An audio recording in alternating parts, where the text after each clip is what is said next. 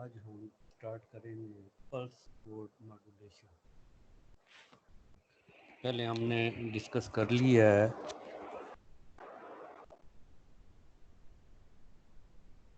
पैम को pulse amplitude modulation हमने discuss किया है, PWM किया है और PPM किया है। आज हम स्टार्ट कर रहे हैं pulse code modulation. Pulse code modulation actually क्या है कि हम एनालॉग सिग्नल को डिजिटल सिग्नल में कन्वर्ट करते हैं। अब इसमें काफ़ी सारी चीज़ें ऐसी आ जाएंगी जो बार बार रिपीट होंगी, तो इसलिए कोशिश तो करूँगा कि ना रिपीट हो। एक थोड़ा सा आइडिया दे देता हूँ कि PCM की हमें ज़रूरत क्यों पेश आई। कि PCM हमारा ये है कि pulse code modulation mean analog signal को डिजिटल सिग्नल में कन्वर्ट करना है।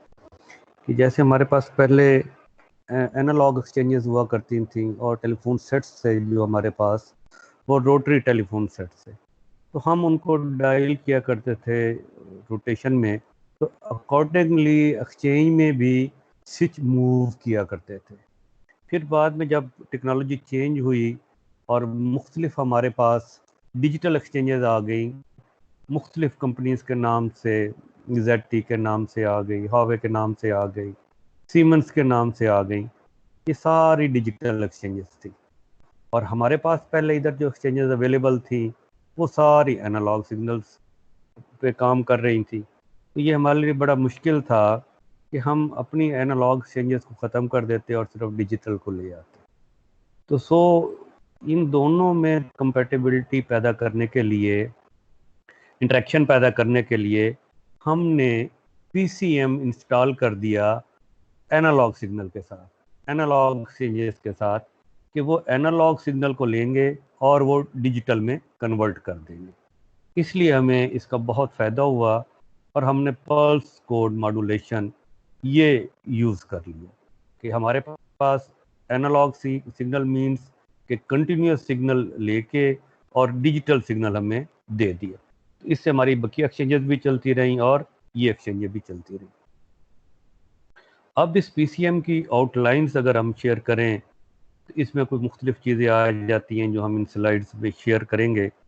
उसमें आ जाएगा कि बेसिक्स क्या हैं पल्स कोड मॉड्यूलेशन की, ब्लॉक डायग्राम क्या है पल्स कोड मॉड्यूलेशन का, और इसका जो प्रोसेस है वो क्या है।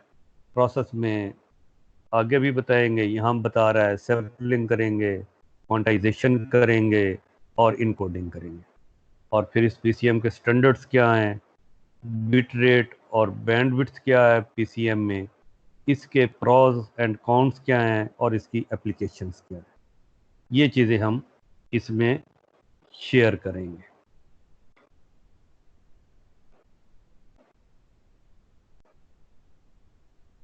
अब इसके बेसिक्स में क्या आ जाएगा।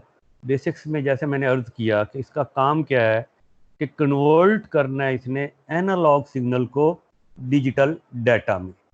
अब हमने ये स्टडी किया हुआ है कि एनालॉग सिग्नल वो सिग्नल होगा जो हॉरिजेंटली भी वेरी करेगा और वर्टिकली भी वेरी करेगा, जो एक्स एक्सेस पे भी वेरी करे और वाई एक्सेस पे भी वेरी करे, जो एक्स एक्सेस पे भी फाइनाइट टाइम में इनफाइनाइट वैल्यूज़ दे और वाई एक्सेस पे भी फाइनाइट टाइम में इनफाइनाइट वैल्यूज़ दे।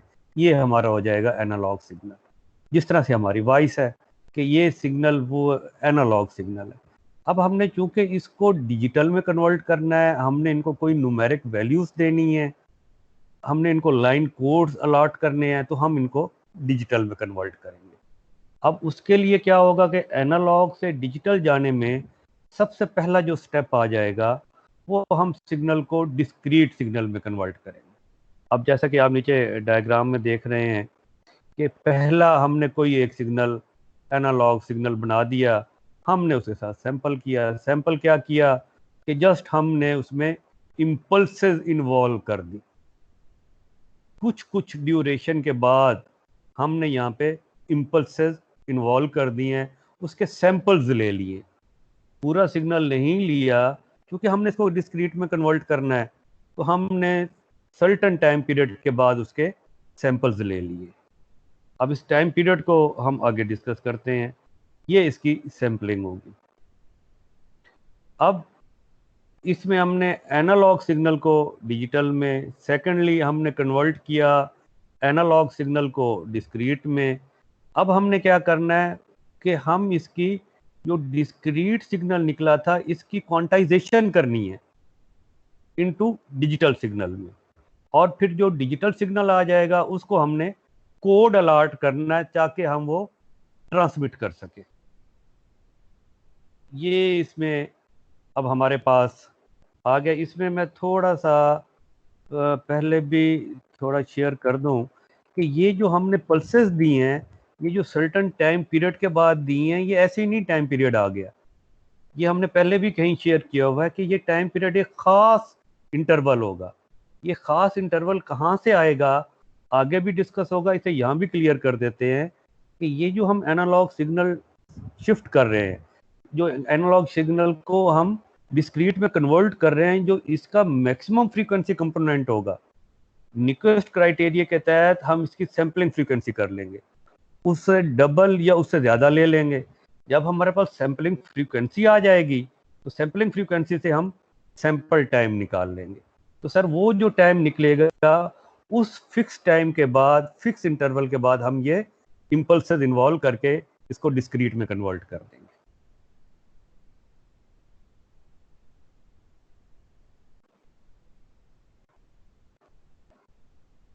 अब हम आ गए इसकी ब्लॉक डायग्राम जो है हमारे पास पल्स कोड मॉड्यूलेशन की।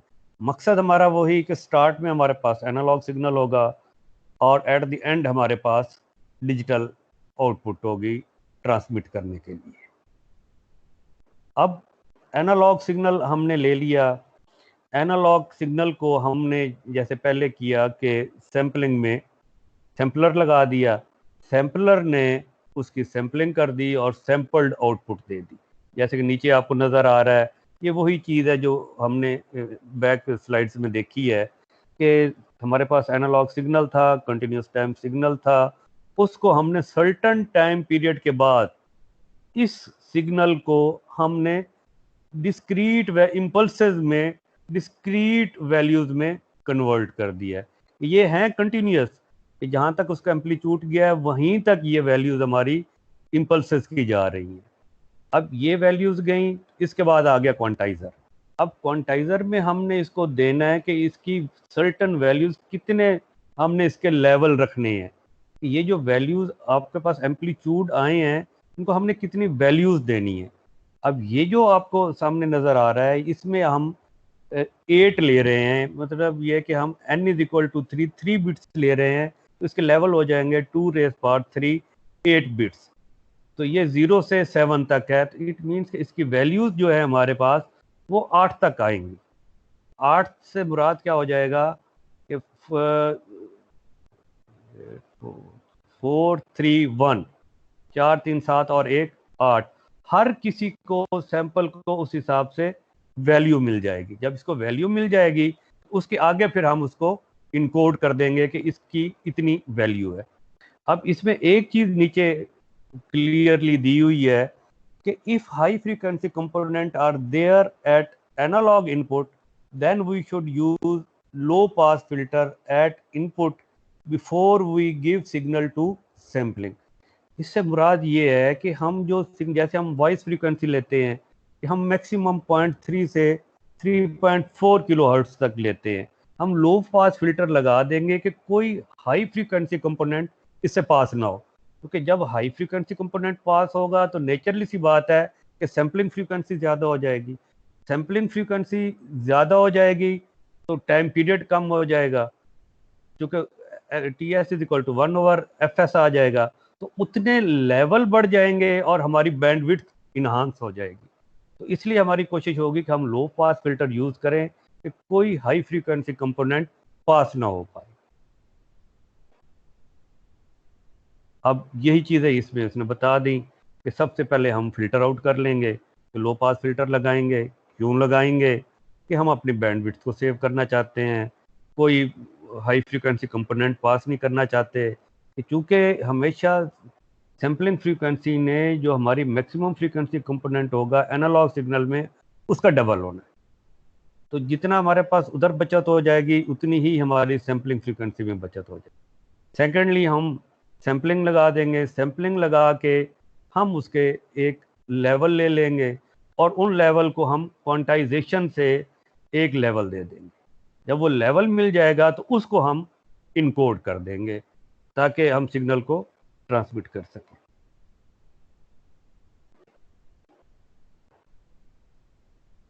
अब वही चीज़ें जो पहले हैं अब ये बार बार रिपीट होंगी कि इसमें हमने क्या कहा कि एनालॉग सिग्नल जो है वो सैम्पल्ड होगा after every T S interval.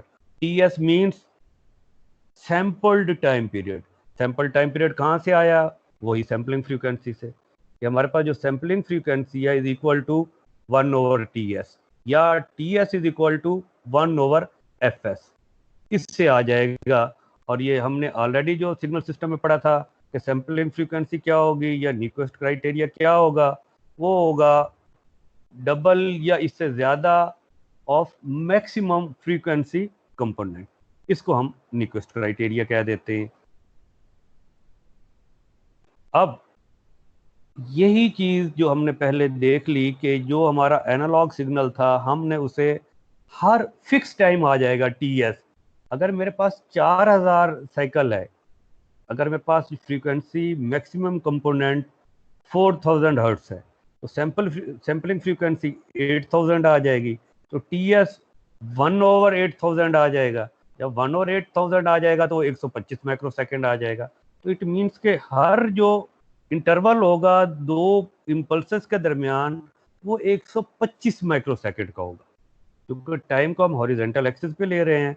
तो इस तरह से हम हर 125 माइक्रोसेकंड के बाद उसको सैंपल करते चले जाएंगे।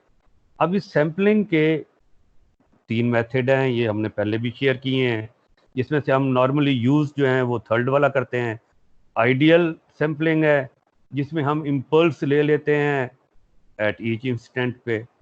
नेचुरल सैम्पलिंग है, इसमें इम्पल्स नहीं लेते बल्कि पल्स ले लेते हैं, और पल्स जो लेते हैं वो शॉर्ट विड्थ की होती है, और शॉर्ट विड्थ की होती है पल्स, लेकिन वो चॉप हो जाती है।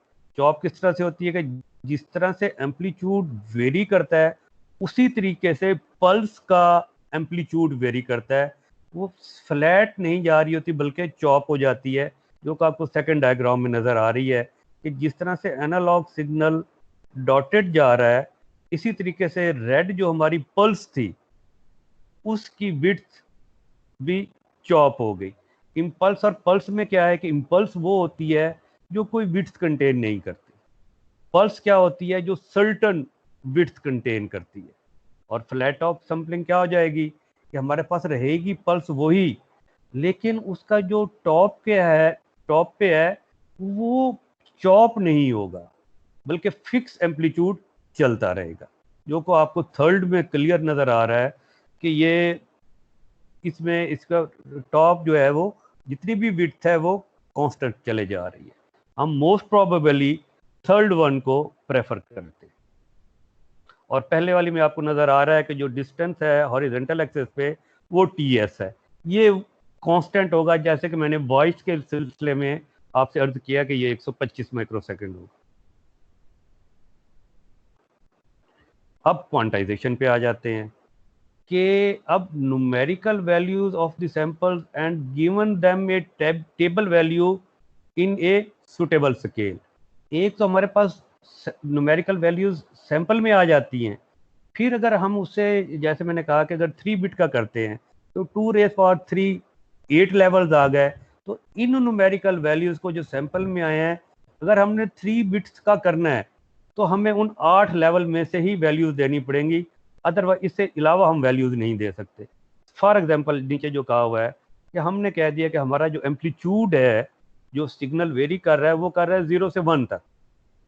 अब 0 से 1 तक का जो एम्पलीट्यूड वेरी कर रहा है इसको हम करना चाह रहे हैं सैंपल, हम कहते हैं कि ये 3 बिट पर सैंपल हो।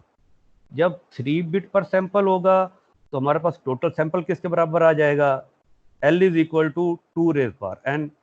3 बिट्स थी हमारे पास तो 2⁻³ मीन्स 8 सैंपल हो गए कि हम इस 0 से 1 वोल्ट के 8 सैंपल कर सकते हैं। और अब डिफरेंस कितना होगा इन सैंपल्स में, क्योंकि अब हमने ये जो लेवल्स लेनी है ये हमने वर्टिकल एक्सिस पे लेनी है। अब ये 0 से 1 तक है, तो हम 1 को 8 पे डिवाइड कर देंगे। जब 1 को 8 पे डिवाइड कर देंगे तो जो एक लेवल होगा उसकी वैल्यूज आ जाएगी 0.125 वोल्ट। इट मीन्स कि हम 0 से 7 तक जाएंगे, 8 लेवल बन जाएंगे, हर एक का डिफरेंस 0.125 लेवल का होगा। और ये किधर होंगे? ये वाई एक्सिस पे होंगे, जिधर हमारा एम्पलीट्यूड चल रहा है।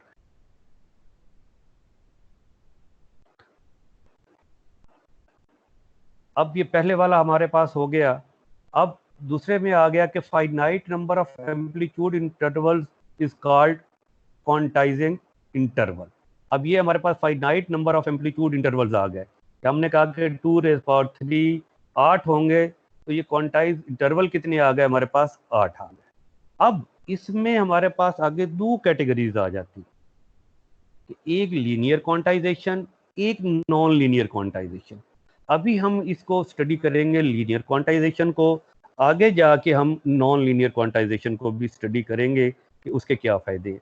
अब लीनियर क्वांटाइजेशन से मुराद ये है कि जैसे कि हमने बैक स्लाइड पे देखा है कि एक का डिफरेंस 0.125 आ रहा है और इसके लेवल 8 बन रहे हैं, कि ये फिक्स वोल्टेज है और फिक्स लेवल है।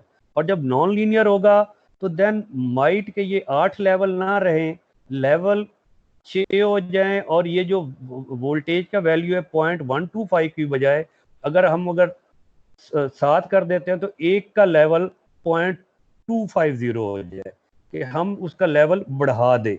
ये वेरी करेगा आगे जाके, जब हम देखेंगे कि वॉइस जिस तरह से वेरी होती है, तो हमारी ये कोशिश तो होती है कि हम फिक्स रखें, लेकिन अगर कहीं पे अगर एक जैसी वैल्यू आ रही है, वो आगे हम डेल्टा मॉड्यूलेशन में या अडाप्टिव डेल्टा मॉड्यूलेशन में नॉन लीनियर क्वांटाइजेशन को शेयर कर लेंगे। यहाँ पे माइट थोड़ा कन्फ्यूजन क्रिएट करे, लेकिन अब हमारे पास ये आ गया कि ये लीनियर क्वांटाइजेशन क्या है, कि अगर हमने 8 लेवल बनाए हैं, 0 से 1 वोल्ट है, तो 1/8 इज इक्वल टू 0.125 वोल्ट, और ये 8 लेवल होंगे। अब उसके बाद क्या आ गया कि difference between the sampled output and quantized output is called quantization distortion. कि हमारे पास जो सैंपल्ड आउटपुट थी वो तो निकल आई 0.129 वोल्ट, जो हमने सैंपल किया था टीएस के बाद, लेकिन अब हमने क्वांटाइज्ड आउटपुट कितनी लेनी है? वो लेनी है 0.125। तो 0.129 वाली 0.125 के करीब होगी। तो जब हम इसका एरर देखेंगे तो 0.129 minus 0.125 is equal to 0.004 volt. ये हमारे पास डिस्टॉर्शन आ जाएगी इसमें, क्योंकि ये कोई आइडियल सैम्पलिंग नहीं है कि हम कहेंगे आइडियल ले लेंगे, तो ये इसमें से कुछ डिस्टॉर्शन आ जाएगी।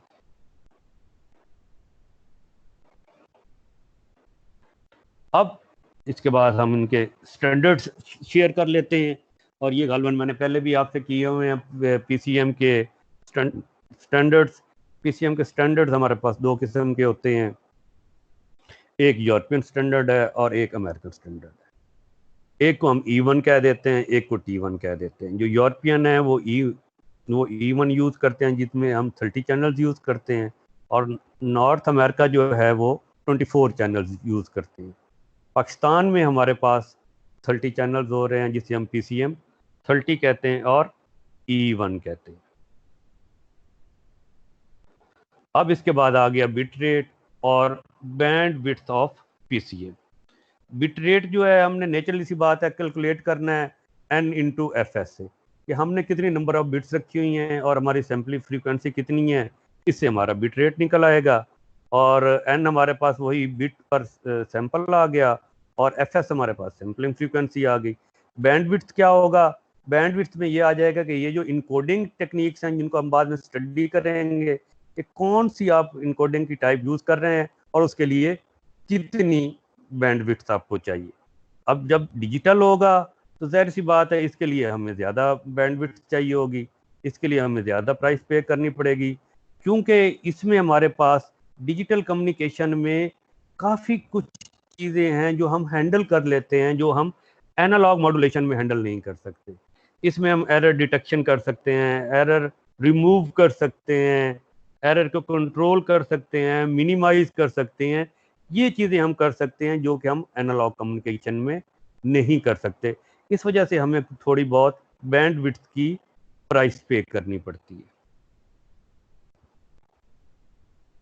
अब इसके बाद क्या हमारे पास इसके प्रॉस क्या हैं या एडवांटेज क्या हैं कि ये यूनिफॉर्म ट्रांसमिशन होती है। जैसे कि हमने देखा कि इसमें से अगर हम टाइम डिवीजन मल्टीप्लेक्सिंग में जाके इसमें 30 सब्सक्राइबर भेज रहे होते हैं तो हर स्लॉट में एक कस्टमर जा रहा होता है, यूनिफॉर्म ट्रांसमिशन चल रही होती है। और compatibility of different class of traffic in network, हम वॉइस भेज सकते हैं, टेक्स्ट भेज सकते हैं, वीडियो भेज सकते हैं, ऑडियो भेज सकते हैं, कि डिफरेंट क्लास ऑफ ट्रैफिक हम इसमें से आराम से भेज सकते हैं। इंटीग्रेटेड डिजिटल नेटवर्क, और इसमें हम डिफरेंट नेटवर्क्स को इंटीग्रेट करके एक दूसरे के साथ हम भेज देते हैं, उसमें हमें कोई प्रॉब्लम नहीं होती। और increased utilization of existing circuits, कि ये जो हमारे पास पहले सर्किट्स भी थे, जो हम अगर ये डिजिटल पीसीएम ना होता तो हम इनको उनके साथ कंपैटिबल नहीं कर सकते थे, इंटीग्रेट नहीं कर सकते थे। अब ये हो गया कि पीसीएम से जो हमारे पास ऑलरेडी एग्जिस्टिंग सर्किट्स थे उनको भी हम यूटिलाइज कर सकते हैं, उनकी भी एफिशिएंसी हम इन्हांस कर सकते हैं। और अगर हमारे पास ट्रांसमिशन पाथ वीक हो, तो जैसा कि हमने कहा कि ये डिजिटल ट्रांसमिशन होगी, तो डिजिटल ट्रांसमिशन में हमें एरर कंट्रोल करना आसान हो जाता है। तो सो हम उस पुअर ट्रांसमिशन पाथ को भी यूज़ करते हुए अच्छी परफॉर्मेंस पल्स कोड मॉड्यूलेशन से ले सकते हैं। इसके डिसएडवांटेज क्या है कि जैसे हमने कहा कि डिजिटल कम्युनिकेशन होगी, या हमें सिंपलीफाई, अगर हमने अच्छा से अच्छी आउटपुट लेनी है तो हमें क्या करना पड़ेगा, उतने ही उसके सैंपल्स बढ़ाने पड़ेंगे। सैंपल्स बढ़ाने पड़ेंगे तो हमें सैम्पलिंग फ्रीक्वेंसी बढ़ानी पड़ेगी। सैम्पलिंग फ्रीक्वेंसी बढ़ाएंगे, नेचुरल सी बात है कि हमारे पास बैंडविड्थ इतनी बढ़ जाएगी। ये इसका एक हो गया डिसएडवांटेज हो गया। और इसमें नॉइज और क्रॉस टॉक तो कम होता है, लेकिन ये हमने देखा है कि इसमें अटेनुएशन जो है वो बढ़ जाती है, कि जैसे जैसे हमारा डिस्टेंस बढ़ता चला जाता है सिग्नल अटेनुएट हो जाता है। और आखिर में हम इसे, अब इसके पढ़ने के बाद अंदाज़ा हो गया कि हम इसे कम्पैक्ट डिस्क में यूज़ कर सकते हैं, डिजिटल टेलीफोनी में यूज़ कर सकते हैं, बहुत सारी डिफरेंट चीज़ों के ऊपर हम इसको यूटिलाइज कर सकते हैं। ये था इसके पल्स कोड मॉड्यूलेशन के मुतल्लिक।